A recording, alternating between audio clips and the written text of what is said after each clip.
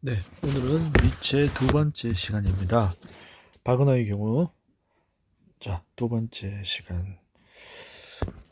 서문을 읽고 1888년 5월 토리노에서의 편지, 웃으면서 진지한 사항을 말한다. 난 어제 BJ 걸작을 20번째, 당신은 이것을 믿을 수 있겠습니까? 20번째 들었습니다. 정신을 유연하게 다시 가다듬고 그것을 견뎌냈으면 다시 도망치지 않았습니다. 나 자신의 끈기 없음을 이겨낸 일이 나를 놀라게 합니다. 이런 작품을 어떻게 더 완전하게 만든단 말입니까? 사람들 자신이 이 작품과 더불어 걸작이 되는데요. 그리고 카르멜을 들을 때는 언제나 나 자신이 다른 때보다 더 철학자인 것 같고 더 난 철학자 같다는 생각이 듭니다. 그렇게 나는 느긋해졌고 행복해졌으며 인도적이 되었고 엉덩이가 무거워졌습니다. 5시간을 앉아있다는 것, 성인다움의 첫 단계지요. BJ 오케스트라 음색이야말로 내가 여전히 참아낼 수 있는 유일한 음색이라고 말해도 되겠습니까? 또 다른 지금 정상에 서 있는 바그너의 오케스트라 음색은 난폭하고 인위적이며 그러면서도 순수해서 현대 영혼의 새 감각이 되고 한꺼번에 말을 해야 됩니다. 이러한 바그너의 오케스트라 음색은 내게 얼마나 해를 끼치는지요. 나는 그것을 북아프리카에서 지중해 연안으로 불어대는 열풍인 시로코라고 부릅니다. 기분 나쁜 땀이 쏟아집니다. 내 좋은 기분은 사라져버립니다. 자, 여기까지 구절에서 비제, 조르주 비제와 리하르트 바그너에 대해서 니체가 이렇게 컨트라스트를 했는데요. 이 의미는 뭐냐면은 이것도 역시나 남국의 정치죠. 인간적인 남국의 정치, 그리고 감각의 영역, 이 세상의 이야기를 하는 칼멘 같은 경우에 2000년에 안티크리스트죠. 예. 집시 여인이고 안달루시아고 그리고 음악적 경쾌함. 하지만 바그너는 어떻습니까? 오히려 더 신적으로 지향하고 어떤 인간의 그런 모습보다는 애매모호함, 정말 데카당스죠. 그러니까 이 음악이 오히려 위험하다 그랬죠. 사람을 마비시키는, 예, 오히려 광기로 치닫게 하는, 그래서 히틀러를 어떤 낳았다는 얘기가 있지 않습니까? 그래서 지금 지향하는 바는 바로 조르주 비제고, 지향하는 바는 오히려 신으로 중심으로 한 파르지팔 같은 인간을 몽롱하게 만드는 그런 정신의 위험성을 예고한 그런 바그너의 음악에 대해서 지향한다는 쪽으로 얘기를 하고 있는 겁니다. 자, 내가 생각하기에 BJ 음악은 완전한 것 같습니다. 이 음악은 이게 진정한 음악이라는 것이죠. 가볍고 탄력 있으면 정중하게 다가옵니다. 이것은 사랑할 만합니다. 이것은 땀을 흘리지 않습니다. 선한 것은 가볍고 신적인 모든 것은 가벼운 거죠. 물결처럼 부드럽게 흘러간다. 내 미학의 첫 번째 명제입니다.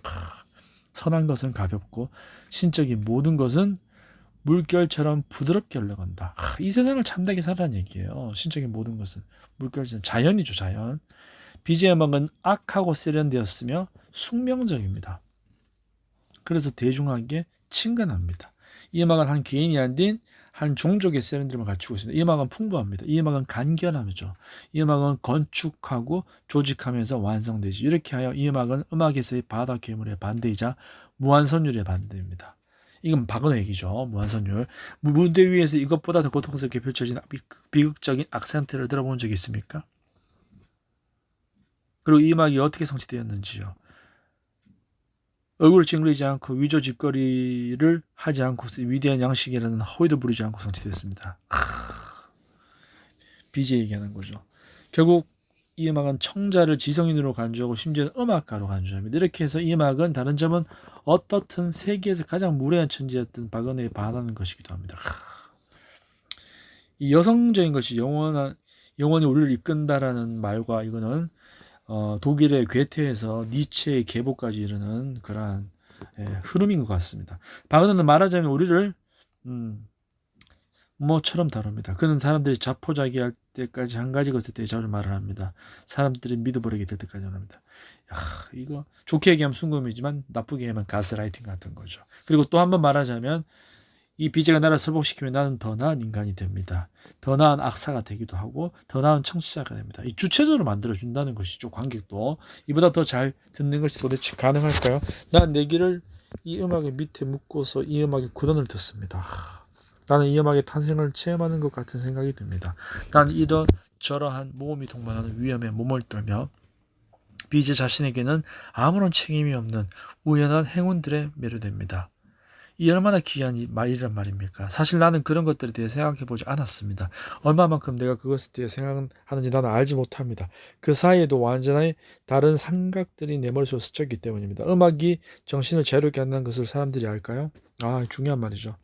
음악이 정신을 자유롭게 한다는 것을 사람들이 알까요? 사유에 날개를 달아준다는 것을, 사람들이 음악가가 되면 될수록 더욱더 철학자가 된다는 것을, 저는 정말 이거를 경험했습니다. 제가 잘난 체 하는 게 아니고요. 정말 그 음악을 통해서 저는 어떤 철학과 문학을 오히려 더 많이 이렇게 이해하게 됐는데요. 중요한 말이에요. 제가 읽으면서 지금 형광펜으로 줄을 그었어요. 음악이 정신을 자유롭게 하고, 그죠? 사유에 날개를 달아주고, 사람들이 음악가가 되면 될수록 더욱더 철학자가 된다는 것. 음악하고 철학 같은 거예요. 저는 모차르트나 이렇게 어떻게 음악을 듣고 있으면은 정말 그 아이디어가 샘솟아요.